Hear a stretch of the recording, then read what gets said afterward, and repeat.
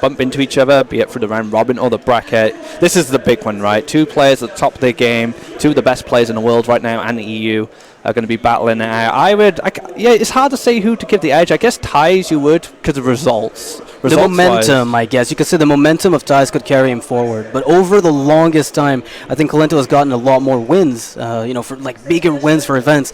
It's just that right now, it's still up for grabs. The entire event is, very much on its early phases. So we don't really know who's going to be taking it. But we're going to be seeing a quick video of one of the players. It's going to be Thijs, Kolento, I believe. Have you already seen it? Or no, Kolento's still got. Yeah. Well, I don't know. We had Kolento speak. So I don't know if I want to see him again. I'm not sure. I guess I do.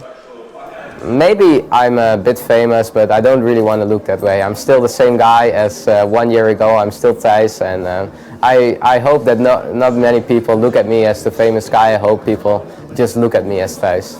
The first thing my parents and my friends thought about me playing games competitively, they were actually a bit scared and they didn't really knew what was going on, and you're going to another country for playing a game, and it was actually super new for me, so I was also a bit scared. But when my parents and my friends saw that it was pretty the pressure you have to handle sometimes, it sounds sometimes easy, but there is a lot of pressure on yourself, or at least I'm putting a lot of pressure on myself every time I go to a tournament. If you want to be one of the better players, you have to put a lot of time, a lot of effort into the game, into yourself, and you really have to get that motivation, and it's really hard to handle sometimes for yourself to stay that strong.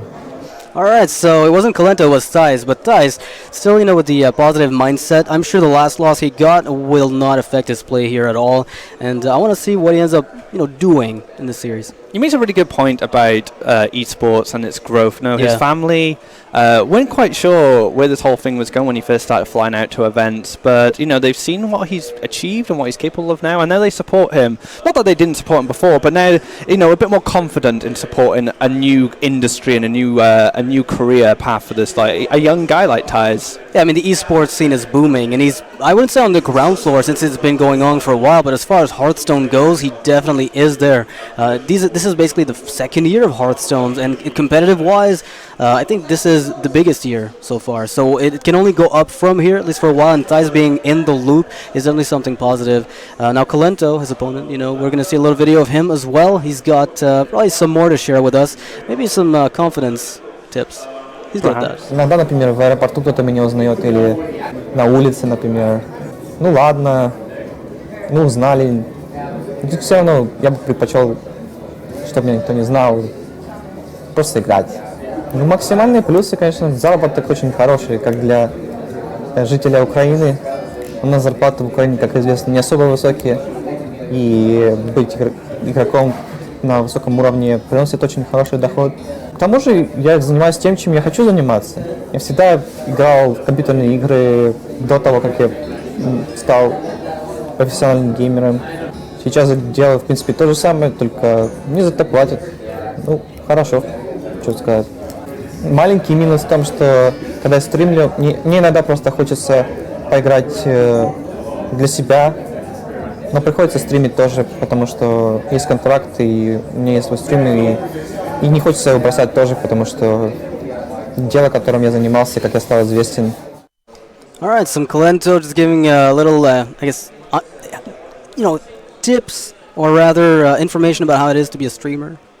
Yeah, insight into his professional life. Yeah. He said he has a salary that pays more than most jobs within his home, in his homeland. So, and he gets to do what he loves. He said, he played PC games before he became a professional, but now he gets paid to do it. So sounds like the life. Sounds like the life. Sounds like the dream to me. I mean, I used to work as a baker in Ukraine, and my salary was miserable. And ever since I started casting, it's been amazing. Yeah, so there we go. He could have been baking cakes, but instead he's smashing people at Hearthstone, right? Yeah, exactly. So Kolento and Thijs are going to be fighting it off. I want to say that Thijs' momentum from the past events, as I mentioned, is probably going to be what gives him, because he seems really upbeat about everything that's been going on these days, and he's determined to win. So his plays have been, he's been practicing a lot, and I think he's got the perfect team for that. They're a cohesive unit, and as a result, whenever there's something that he needs to ask questions about, his teammates are there for him, and that gives him, I think, a lot of a big edge over the entire field. I mean, the G2 team is a family. Yeah. That's the way I see it. They're all friends. They care about each other. They care about each other's results, and they all want to achieve the same thing. So not only are they friends and they have personal relationships, they all have the same goals. So that's a really good strength of an esports team, especially in Hearthstone, where people are like, "Why do you need a team for? It's a single player game, right?" But teams definitely help. They help motivate you. They help drive you. They help you practice. Yeah, especially I think G2 is doing that a lot. It's doing what Thijs needs it to do to bring him forward. So for the classes they're playing, they're both sharing the Hunter Paladin. Seems like a common trend in this event so far. People have all been bringing, it seems, these two classes as a part of their standard lineup. And for the third class, Kolento is bringing his Mage and Thijs his Warlock, with both players banning Warrior.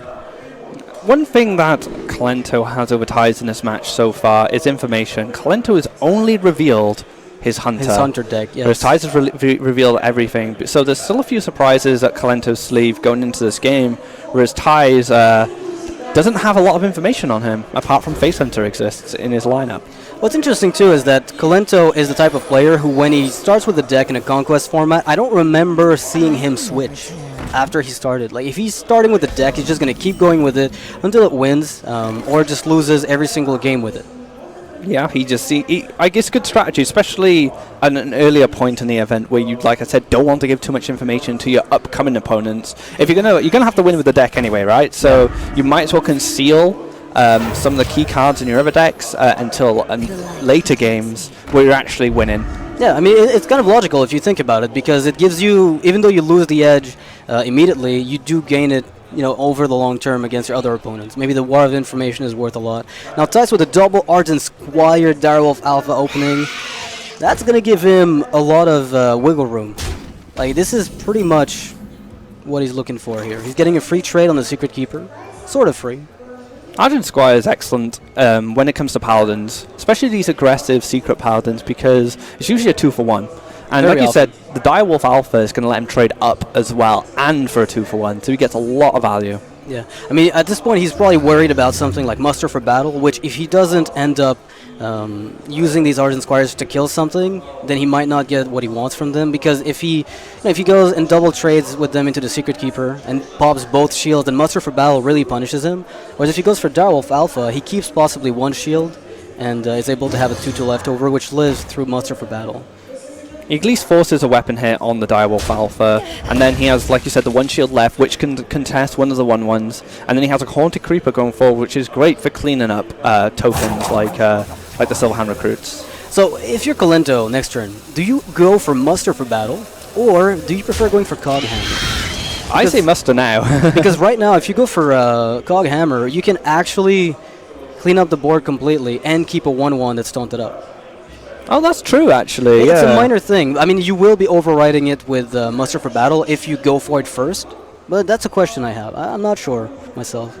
I mean, if he does develop the Muster for Battle, he does gain his own board, right? A bigger board. Right. And we're not worried about Hellfire or Shadow Flame or stuff. So, Thijs is going to have to deal with the board through trading. Yeah, you're right. Muster looks a lot more appealing when you put it that way.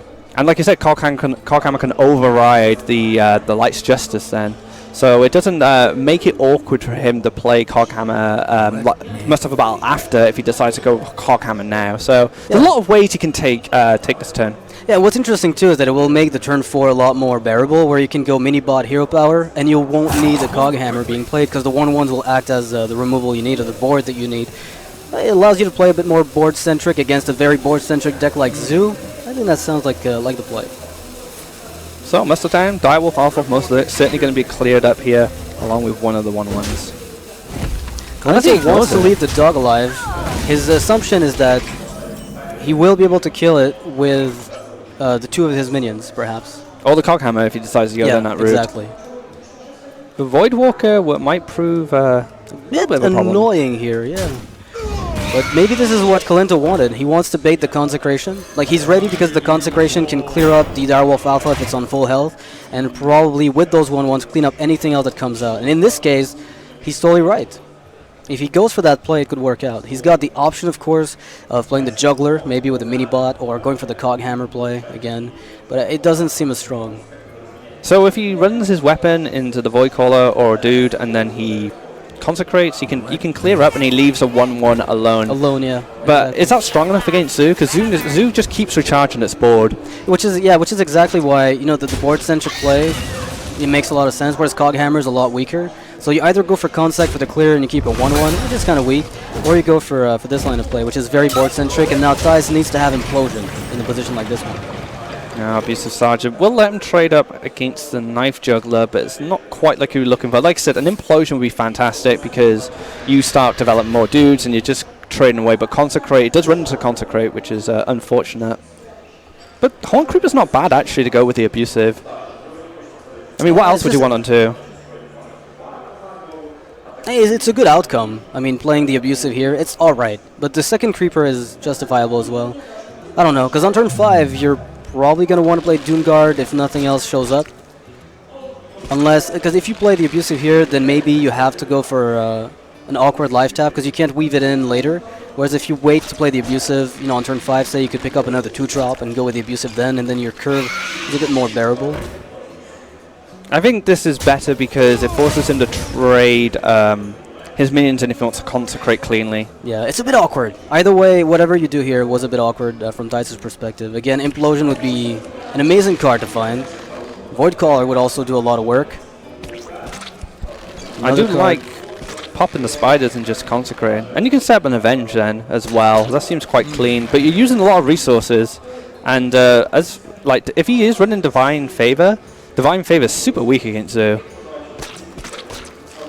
Someone's playing Farmville at the bottom. Do you think it's Kolento or Thijs? I think it's Thijs. Kolento's got no time for games. Did you hear him in the interview? He said, I don't like when it takes too much time. It's super serious. Would he really play although that might just be efficiency speaking. You know, I can play Farmville while I play Hearthstone. It's a 2-in-1. No, he just doesn't care about the Horn Creepers. And like I said, I think the problem is if he did go for the Consecrate play, he just throws away a lot of resources straight away. Coghammer coming down, and it hits a good target as well. That's probably the closest thing to a good outcome as Kolento could have hoped for, and now these cards for Thijs do nothing. Kolento is going to let Thijs hang himself. He's going to give him the rope. He's going to be like, you know what, I'm going to let you pop your own spiders, and I will just wipe your board cleanly afterwards. So definitely something that Kolento is expecting here. Alright. This is really rough for Thijs. Do you want to overextend even more into the Consecration? Do you think your opponent would have played it already? That's the question. If he plays Abusive now and he gets Consecrated, he might just play Doomguard if he has to. If he doesn't have Consecrate, he has a bigger board. I think that's what he's thinking about. Yeah, I mean, the reasoning is, if I'm going to play Doomguard anyway next turn, I'm going to end up... Oh, Kolento with the BM! And the crowd love it. They love a bit of BM in the evening, I guess. Oh, well. Lots of pressure on Thijs' life now. This Paladin has been picking up the pace, and whereas Thijs is it's not over yet, but it's not looking good at all. Thijs can't life tap without fear of dying. If you go for Doomguard, all you're killing is a 1/1, and maybe your follow-up is just miserable. And out go Dr. Boom in the Void Terror, giving him no board at all on the follow-up, unless it's a top deck. And this means Kolento is probably feeling fairly confident here. He got 6 damage on board, his opponent's on 3. Another Mustafa battle as well, so you can swing face here, set up those secrets as well, which just put more pressure on Thijs and more questions, especially if it's a Noble Sacrifice. I don't think he even needs a muster at this point. Well, you might as well do it. What could Thijs be playing ever that would wipe the board? I mean, a Shadow Flame makes no sense in Zoo at all, right? There's so many board clears that you just don't expect to see. Unless Thijs is playing the, the awkward Dread Infernal coming out of nowhere. We have seen that card make an appearance in some of the mid-range Demon Locks a while back, but in Zoo, it's not so frequent. Ah! Defender of Argus, that's something. Yeah, it's something. It's interesting he opted to attack a minion there. Thijs did not go for the tap into a 2-drop or 3-drop. I mean, a 2-drop to maybe go with the defender. It would have to be a 1-drop, I think, because he had only 7 mana. So he needed to find another Void Walker, which I think wouldn't save him. So Thijs recognizes that he was done, and out he goes. So we still haven't seen the mage from Kolento as well. So he didn't start with the hunter like he did against Dog. So maybe he's saving the hunter for last, because Thijs knows everything about the hunter. He doesn't know anything about the mage or the paladin. Yeah, Kolento's a very proficient mage player. For free, I know like he can play just about any mage deck very well. At this point, I think he's the type of player just give him any deck and he'll do just well. I just feel like the way the mage deck, like a freeze mage, would be constructed against the lineup from Thijs, it should be able to do just fine. Because there's a zoo, there's a secret paladin that's mid-rangey, so it's not going to rush you down too quickly. You probably have time, and the hunter is also not a guaranteed win. So if Kolento decided to bring something like a freeze mage, it would look very good here. And we've seen how well StarSeries piloted his variation of freeze mage, and he has found great success. But it looks like he's actually going for the tempo mage, and tempo mage is fine as well, because of course there's a lot of paladins, the Flame Waker interacts with them really well, so maybe that's what he's targeting here. Yeah. And we have seen a lot of paladin. I think everyone is running paladin. Everybody agrees that it's probably the top class after the expected nerf or an advanced system, and here Kolento picks up the Trinity right away, the Mana Worm, Sorcerer's Apprentice, Flame Waker that he can just unleash spells with as soon as he wants. I think he's looking good here. I've saw the Orange after. I mean, Orange had an amazing hand in one of his sets, which just looked like a winning hand, and Thijs was still able to take the victory in that game. So sometimes these awesome hands don't quite follow through towards the end of the game, but it's looking good so far. Yeah, I think they're good when you get them all in the same time, like on turn 5 with a coin. You just play all the cards and you coin out some crazy play.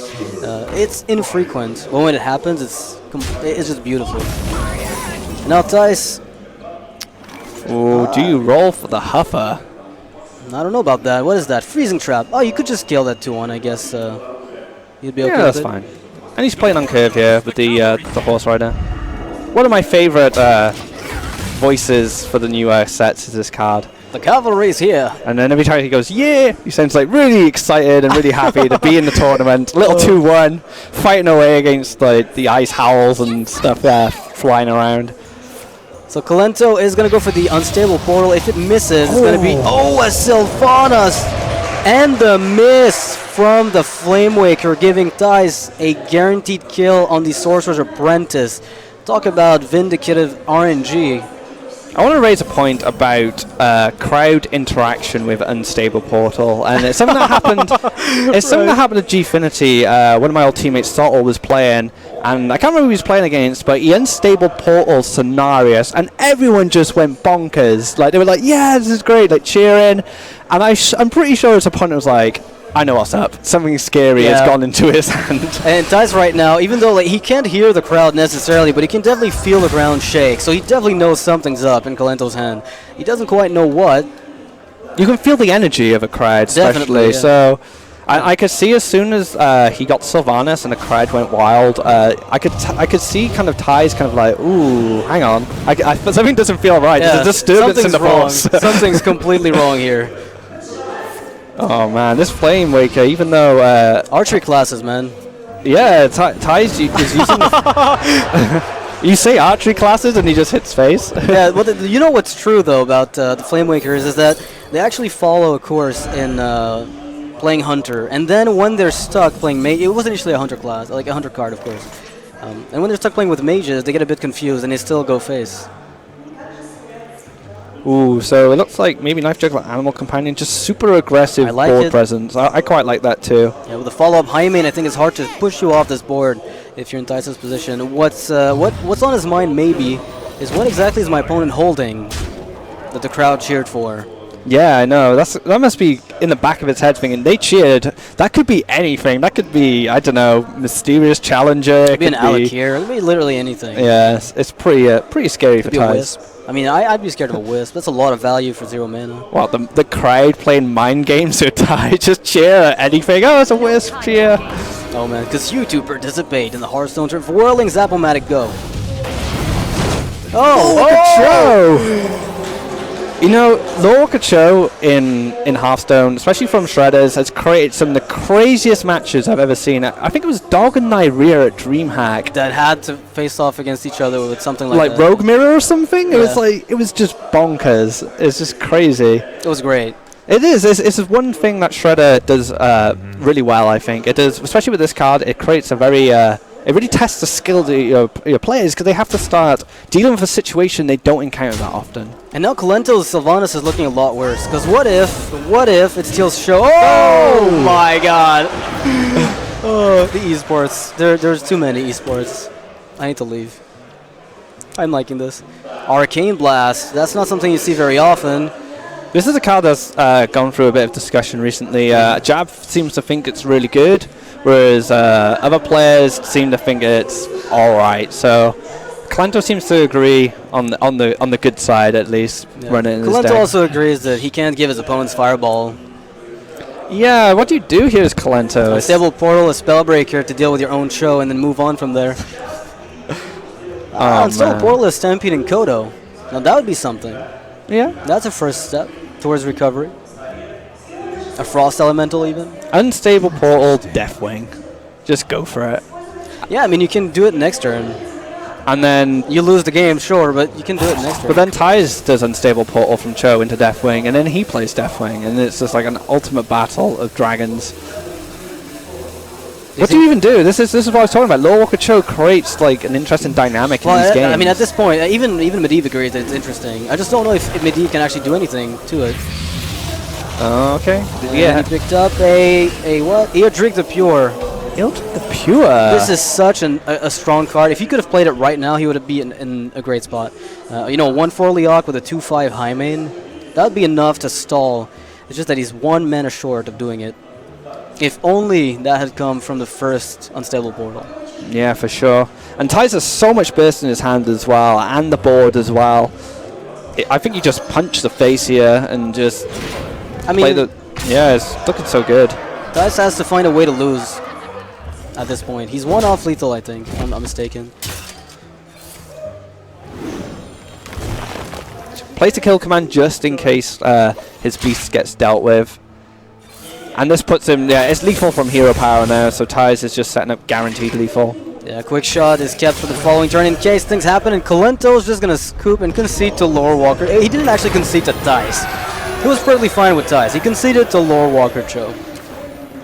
Tyz taking some notes down, writing down Lore Walker Cho, awesome. Yeah, Lore Walker Cho from Shredder. Definitely a thing to keep in mind. Alright, so he's got a Paladin left, and Kolento's already done with his Paladin. We saw, you know, the Paladin from Tyz earlier, very much on the mid-rangey side with some secret sprinkled in. It's a mix of mid-range and secret Pally. I almost want to call it hybrid Pally at this stage, because the only 2 archetypes you really see are mid-range and secret. It feels like it's got the edge against aggro because of the zombie chows, but it also sometimes gets really clunky draws early. Another thing to consider with that match as well, Tyz actually winning with his mid hunter or his hybrid hunter. Well, it's kind of, I would say it's more hybrid. Face hunter going into hybrid hunter, face hunter generally has the advantage because it just kills them faster. So Kolento lost a good matchup with Tyz winning that game, which could play a part in the overall series. And now he's going to be playing his Tempo Mage versus the Zoo from Tyz. People seem to agree that it's a bit favored for the Zoo, but not by much, just because it's a little bit faster on average. But with a hand like this, again, Kolento showing just how fast the deck can come out. And if Tyz doesn't pick up an early start as strong as Kolento's, this could go Kolento's way. And Mana Worm is such a big influence into the strength of an opening Tempo Mage. And he does find the Flame Waker as well, so he does have a curve going forward. Voidwalker is cute, but that's about it. If you play Knife Juggler, you're giving your opponent a Flame Cannon / Frostbolt target, and then you still have to deal with the 1/3. So it's, I mean, you have to take the chance that maybe you get a trade with it, and it's a 1-for-1, and usually it's good enough. It's worth the it's worth the risk here because you do have an Imp Gambos to follow up, so you do have a nice body to come next. But if you play the Knife Juggler and he doesn't have anything, you're good. You're good. You're happy. Even if you get a trade here, 1-for-1, you're happy with it. You know, maybe the Arcane Missiles just go nowhere in this case. Tyz is probably playing around more around Frostbolt and Flame Cannon perhaps than the Arcane Missiles or Arcane Blast, but it is something that could give him He's got a chance if he goes in with the Knight Juggler. I mean, mana worms, if you leave them alone too long, they can... Well, they become salty dogs pretty quick. Yeah. Well, they're very not 7/3s, but you know. Oh, he's decided to go with the egg. Okay. Alright, so the reasoning probably is that he can curve with Juggler Voidwalker next turn and threaten a Void Terror. He can top deck a Void Terror, he can get a Power Overwhelming, an Abusive Sergeant. So the egg may be more of an investment into the future rather than an immediate reward. And I think that's kind of what Thijs is hoping for here. And he picks up exactly that. And the egg does make Flame Waker a little bit weaker as well, because if those pings hit the egg, you may be giving him a 4/4. So, like I said, it's a future investment for the kind of the turn 3 to 5 part of the game. Alright, so Thijs here has multiple options, but not all of them are equally appealing. I feel like popping the egg here, as you said, it protects you against Flame Waker or Arcane Missiles to just play minions that don't suffer from it. And in this case, Kolento's hand is nothing but pings. And that's another issue, this card, the egg creates issues, but also the Imp boss, because if those pings start hitting the Imp boss, he gets value. So Thijs here playing around the Flame Waker, and he knows Kolento has the coin as well, so other things to consider. Alright, we're going to see a Spellbreaker or a Army Cowl. I'm calling it. Well, Sylvanas didn't do a lot last game. The Spellbreaker would do a lot. Oh, Raid Leader, Warsong Commander comes out. Oh, wow. These are not supposed to be nerfed yet. What's going on? I don't know, yeah. This seems too good. I think we should nerf this card. It's way too strong. Coin. With the ping. So he's going to not give his opponent the ability to get a lot of 1/1s. And so, by doing so, he's actually giving himself the ability to play his Flame Waker with Arcane Missiles without fear of everything going wrong. Very clean play from Kolento there, clearing up the threat that threatened his Flame Waker. I mean, the egg is still there, but there's nothing active on the board that can really challenge this without any help from an Abusive Sergeant or a Power Overwhelming. So I could see a Power Overwhelming being played here on the egg and then killing the Raid Leader, and then you just go for Juggler Voidwalker, and you hope for the best. This could backfire tremendously. I think it's good. And if you play both minions, like the Flame Imp and the Voidwalker, that's also somewhat okay. I mean, do you kill the Mana Worm instead? It's going to be less of a problem. With the Raid Leader, an easy kill. You play for value with the egg, and you also get 2 triggers from the Juggler. Oh, Kolento knows he needs to juggle. Oh man, Thijs, does he? Oh, he gets it! Second knife goes to the face. Yeah, the Flame Waker though, with the Arcane Missiles, definitely a game changer. Although I wouldn't be, unhappy to see the Shredder here. Yeah, I quite like Shredder as well, but now Flame Waker can take advantage and not spawn any imps or spawning any spiders from the eggs. This is terrible. This is good. This is pretty okay. I mean, it's not the thing you wanted, but you're happy. And now this is giving him, giving Thijs, that is, the opportunity to go for the Void Caller. So you can actually give an Abusive Sergeant if he wants as well from the Mad Scientist. Yeah. The following turn and a Flame Imp. So Mad Scientist is not going to get much value because of Thijs' one drops at least. Yeah, the Mirror Entity just doesn't look good. I just think you can wait all you want before you trigger it, so Thijs still has the edge here. Kolento could get it back, obviously, with a hand like Paladin Shredder. Possible follow-ups definitely can improve this. So Shredder's going to come down. Abusive will most likely be copied unless he draws something worse for Kolento to have on this side of the board. So unless it's not Mirror Entity, and then we've all been fooled. And it's Effigy, and he trades, and it's chaos. And it spawns another Shredder, and then Lore Walker Cho comes out, and then things spiral out of control. So Abusive in the Argus? I mean, that seems pretty good. Yeah, it looks fine. I mean, it looks okay to me. It's a pretty... I mean, what's good about playing both? Oh my goodness. Okay, change the plans. Do we change plans? I think you've changed plans. This guy's Eternal. And you can taunt him up as well. Yeah, I mean, the 10-8, that's not fireballable. It's duplicate. Surprise! Oh, yeah, that's going to have to die. Yeah, that needs to go. That needs to go. Well, does it really? Look at the board. Does it have to go? Yeah, I'd never want to leave one of those around. Sure, perfectly fine. I was just looking at the 10-8, and That's 6-5. And I thought, maybe, just maybe, you don't want to kill this. So nothing can be pinged here. Kolento's on the ropes. He needs to be able to kill at least the Flame Imp with the Arcane Missiles and maybe get himself a Fireball to finish off Mal'Ganis. He's got the Shredder, 3 of a kind. It's a Shredder party in his hand. I don't think I've seen so many Shredders. Very good missiles here, hitting nothing worthwhile. And the pressure can go on. No damage taken from the life tap as well because of Mal'Ganis. And look at all this stuff he can play. He can just swarm the board. But he has to think about Flame Strike, I suppose, as well. I mean, it's an uncommon sight in Tempo Mage, but you do see the occasional Tempo Mage running like a Flame Strike or a Polymorph, and then you're taking off guard completely.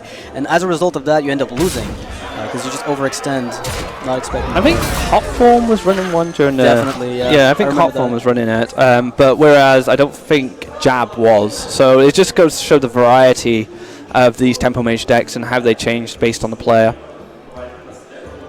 All right, now Kolento has the opportunity to go Shredder Arcane Blast to finish off the Direwolf. You're still leaving around the 11-8 Mal'Ganis.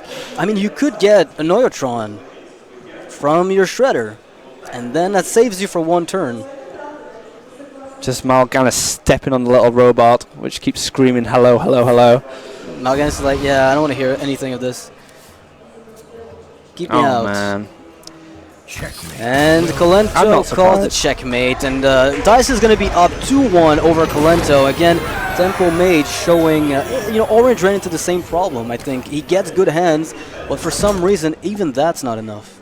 And like you were saying previously with Thijs, he doesn't even rate Tempo Mage as a top 10 deck. Yeah, Thijs does not believe in Tempo Mage one bit. Well, I mean, at least a little bit. He does, listen to other players who say it's good, and he thinks to an extent they must be onto something. But whenever he plays it, he says he doesn't like it too much, and as a result, he never... I don't think I've seen him bring it anywhere. RDU has brought it. Life Coach played mech a lot. Besides that, not much coming from Thijs as far as mages go, besides Strage. So once again, in Kolento's opening hand, he finds a Mana Worm, and he gets a Flame Waker this time. So Kolento is on track for a steady curve. He still has a few draws to go. Yeah, he needs to find, he needs, again, to find himself a decent follow-up. Mad Scientist, Sorcerer's Apprentice, but besides that, when you get the Mana Worm, you're already well on your way to curving. And Dice picking up the double Noble Sack Opener. The double get down. It's not awful, because the Mage actually can't kill it with a ping. They actually have to attack into it, which in this case plays into your game plan. Ooh, Golden Challenger. He likes oh, goodness. Who would craft that? Forsten would. He definitely would. Yeah. Thijs didn't seem like he must have gotten a pack. Thijs didn't seem like the type of guy to go for a Golden Challenger. It's pretty, though. It is. It's a nice card. Just maybe the stats are a little too high. Arcane Blast. Not what you're looking for, but you can kill that mini-bot if you like, and because there's no muster for battle possible next turn, you're guaranteed to be able to play the Flame Waker and maybe use your Mana Worm to kill another 2-drop. So I wouldn't be surprised to see Kolento go for that. Yeah, that looks pretty good. Like you said, muster for battle's not an issue. It's not until turn 3 onwards we start seeing weapons from the Paladin to start contesting these minions. You could also just ping the shield. It does the same thing, really. I mean, sure, you're not killing it right away, but you're killing it next turn, probably. Speaking of Massive Val, there it is. Dice is good. He draws Wild Growth when he plays Druid. He gets Muster when he plays Paladin. He knows how to play this game. The skill of a professional player. Yeah. No, I think the ping was definitely better because you can just use Arcane Blast here. I mean, it makes no sense not to ping. And Flame Waker on its own is generally quite weak unless you know they don't have a good answer to it. Yeah. And you generally want to play Flame Waker with a spell, so you get immediate value. It's not just a body sitting there. So yeah, like you said, the ping is letting him line up for that Arcane Blast next turn. But Thijs needs to think, what's he going to do about this mini-bot and where should he go? I mean, if you attack phase here, you're forcing Kolento to deal with the 2-2 by either using some of his mana or playing a spell to buff up the Mana Worm. If the Mana Worm attacks, no matter what, you're able to kill the Mana Worm with your Muster for Battle or the Spider that you've got. So I think technically attacking into it doesn't do anything. If anything, it just speeds up Kolento's ability and opens up his options. I mean, his ability to kill it and opens up his options. You don't want to do that. So you just attack phase and let Kolento deal with it. What about Arcane Intellect here? I know you play into Muster, but you do cycle your deck a little bit. No, I think I like that. I thought that was the initial game plan. Yeah. I mean, you could Arcane Blast to protect your worm, and then Muster can't kill it. So that's another thing to consider. But I think just drawing deeper right now would probably be better. Yeah, I agree. I think it's a perfectly fine play. And now Kolento is going to have to make up his mind. Do I trade? Do I not? I think so far the game has been lining up to this exact moment, which is Mana Worm finishes off the Shielded Minibot. So Muster for Battle comes out, of course, as expected. Kolento probably knew about it, but he's got the Flame Waker, he's got the Arcane Blast, and he's going to be able to at least pop the Spider and finish off some of the 1-1s that are on the board. But that is tempting. Oh man. It's a tough call. Unstable Portal Ping looks good.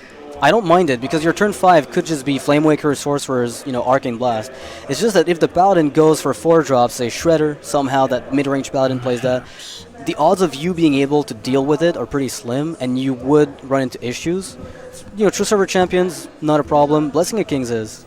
If you had picked an Arcane Missiles instead, it would have been definitely worth investing in Flame Waker, but I don't think an Arcane Blast is enough right now. You kind of want to throw a bit more out to get more pings.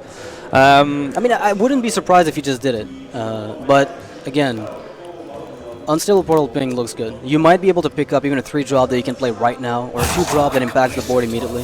I think Kolento agrees with you. Let's see what he finds this time. That's fine, it's something. It's a 2-drop. It costs you 2 mana. It's not a deficit. It's not a card you put in your deck, but it is a card. So he's found at least a body to contest this board. He actually goes for the Apprentice. Okay. Alright, and he runs into Consecration. Oh, man. Kolento not going to like what Thijs just picked up here. Dealing 2 damage to all enemy characters. That'll kill everything he's got. So what's... Consecrate seems obvious, right? It seems obvious, but I'm like, the more I think about it, the more I have to wonder if you need to use it. But the problem with the Sorcerer's Apprentice, the problem is you would at least kill the Sorcerer's Apprentice, and in that case, you would expend 2 minions, and then you'd be, you'd have 2 minutes to contest his Raptor, which means why don't you just go for Consecration instead of using your 1/1s? So it's like a cost-benefit analysis, not a very complicated one in this case. But the amount of actions and investment you would make if you were just to trade were a bit too high, I think. I mean, a turn before, I mentioned that Flame Waker just seemed a bit weak, but the board state hasn't changed for Thijs, so it still seems weak unless he picks up an Arcane Missiles. So Drake has to come down here, then he finds a True Silver Champion off the top, which lines up perfectly with it. Thijs finding answer after answer for Kolento's stuff, and he sets up a Noble Sacrifice. Yeah, I mean, the Noble Sacrifice is not immediately relevant, but it will set up an additional secret for next turn when he plays a Challenger. So he'll be able to actually have the full-on, the Christmas tree going on and just doing everything that combo does, basically. Killing the 2-1, bringing it back to life. Super awkward for Kolento here. He does, however, have the Flame Waker turn that he might have been looking for. He's just got to be worried about whether or not this is Avenge or Competitive Spirit. Like, if this is Competitive Spirit, if you're Kolento, you are literally scared for your life. I think you need a Flame Waker Frostbolt face here, at least, to protect the Flame Waker from the True Silver, and hopefully clear all the 1/1s. Yeah, I think the face with the Frostbolt makes a lot of sense. But if the Arcane Blasters come down, where it goes is kind of another thing. Like, it could go on the Creeper. I'd go on the Spider, I think, yeah. It's kind of high risk, high reward, right? Because if it doesn't clear enough, you might have enough to deal with the... I mean, I'd Frostbolt face first, and then maybe see No, where... I'd go with the Arcane Blast first to make sure the 1/1s are on the board already, so that your 1 ping... Because if you end up hitting the 1/2 with the Flame Waker hits, it's going to be a little unfortunate. And he just goes for Duplicate, which makes a lot of sense if you think about it, because he's got the Arcane Blast with double Flame Waker. We didn't catch that. We did not catch that, but that's definitely a play that makes a lot of sense. But now, Who am I? Didn't care. None of your business. Yeah, Thijs is thinking, if this is, a Mirror Entity, then it's pretty unfortunate if I give him a 6/6, but ultimately it'll run into Noble Sack, and I don't care. So he's perfectly fine with giving his opponent, if this were Mirror Entity, a 6/6. He's going to check for Duplicate. Yeah, Christmas comes early for Thijs, and he's looking really far ahead. No Repentance, I imagine. There's either no Repentance or no Competitive Spirit from Thijs. He hasn't played either one of them either. There might be, I think it's Redemption, because he played Noble Sack himself, right? So I think he was running only 1 copy of Redemption. Oh, maybe, yeah. Avenge. Noble Sack, Competitive Spirit, and Redemption. So no Repentance. Yeah, we saw Dog earlier play one copy of Redemption, one copy of Repentance. I know RDU was a big, he theory-crafted a lot about the Secret Paladin deck when it first came out back in the ATLC times, and he said that you would have to at least cut down on some secrets if you want to optimize the Paladin list. Looks like this mid-range list is working for Thijs today. I like it is mid-range, so you do have to make some sacrifices on the secrets to squeeze in stuff like Tyrion and Dr. Boom. And Repentance is really strong against like Druids and Handlocks, and this is not what we're seeing a lot. Apart from StarSeries, all the other players are bringing the Paladins, the Mages, the Hunters, so not as strong. So Kolento here playing the 2-2 first, perhaps playing into the... Wow, this is the worst I think that could have happened. Oh man. This is legitimately the worst. It kills the spider and hits the minion that's already frozen that you don't ever have to deal with. Literally the worst. And then Spirit goes off. Literally the worst. I guess double face. No, actually popping the spider is worse. Everything, like this was... I don't even know what to say. Yeah, even Kolento strokes like, oh man. Kolento, what is this game and why do I play it? So Thijs is going to take it 3-1 over Kolento. Keeping the momentum on his side at least. I mean, we've seen Kolento lose 2 games now. I mean, it's still early days. We still have a lot of games. We have games today and tomorrow, but I'm sure Kolento wants to find a win. Kolento wants to find a win, and after what happened to him with Dreadscale against Dog, and what happened here, in the games against Thijs, I don't think there was too much RNG that went wrong. Besides maybe the Flamewaker just going full face against the Hunter. That was a bit unfortunate. Well, the Lore Walker Cho played a big role, but we don't. It only ended up in Thijs' favor because he had board. It could have kind of went either way depending on what the spells were. Yeah, depending on who had the edge at that specific moment, it could have gone either way. But we're going to see what Thijs has to say about his win. Probably that he's pretty happy about himself. Thank you very much. So, congratulations. This is your first winning for today. And what was the reasons of your previous loss? The previous loss was mainly my lineup is pretty made around the Root, and I lost a pretty hard matchup against Root, and being 2-0 behind, still fighting back to 2-2s, but yeah, at the end I couldn't get my win with my Hunter. Did your opponent in this match surprise you with anything? Well, I only saw Kolento as Hunter before, because he only played as Hunter, but I expected Tempo Mage, and I expected some Secret in too, so he didn't really surprise me. Some cards like Duplicate was something I didn't expect, but in general, not many surprises. Okay, and your next match will be versus Cypher. What do you expect from this match? Hard to say yet. I really have to look what his lineup is. I know he has Druid, so I think that's a good advantage for me. But we will see. He plays soon already too, so I'm just going to watch that match and make my conclusions. Okay, thank you very much. Again, congratulations again. All right. So we saw Thijs here, just, he's feeling pretty confident, I think. I mean, he beat Kolento. He said that he knew kind of what was coming in, and he's got a third match today against Cypher a little bit later. Cypher, who actually lost 0-3 in his first match against Tensivka. Yeah, and Dog 0-3'd Kolento as well. So Kolento did gain at least 1 win from that series, so maybe he's got some work. He's got some work to do, but he's got some progress at least. But overall, I thought it was a good game. It seemed pretty honest. RNG didn't play a huge role, apart from maybe that low Walker Cho. It did swing in Thijs' advantage because he had the high main there, he had the Leox, so he could just kind of push damage because he forced. If Kolento wanted to use removal, he was getting it as well. So exactly. He had to use fireballs. He was just giving burst to the Hunter. So apart from that, it seemed pretty fair. I like, honestly, one thing I have to say about the games we've had today is that they're entertaining. If anything, it makes, like, the ban really makes for very different lineups just because Patrons are not involved. And if this is going to be what, the future of Hearthstone looks like, I'm happy with the change they made. Maybe not the exact change, but the fact that Patrons going to be played a little bit less, Stansivka doesn't mind it. Other than that, I mean, I think the games today, if they're a glimpse of what's coming in for BlizzCon, I'm in. Yeah, it's looking good. Nice, like, high-action, fast-paced games, a lot of energy. Instead of kind of like players trying to counter each other with Patron. So, yeah, it's looking good so far. So, we'll be taking a short break, guys, before the next match. It is going to be Cypher versus Orange, and maybe Orange can get himself a second win. Cypher definitely wants to at least get one match won for the day. We'll be right back after the break. Do not go anywhere.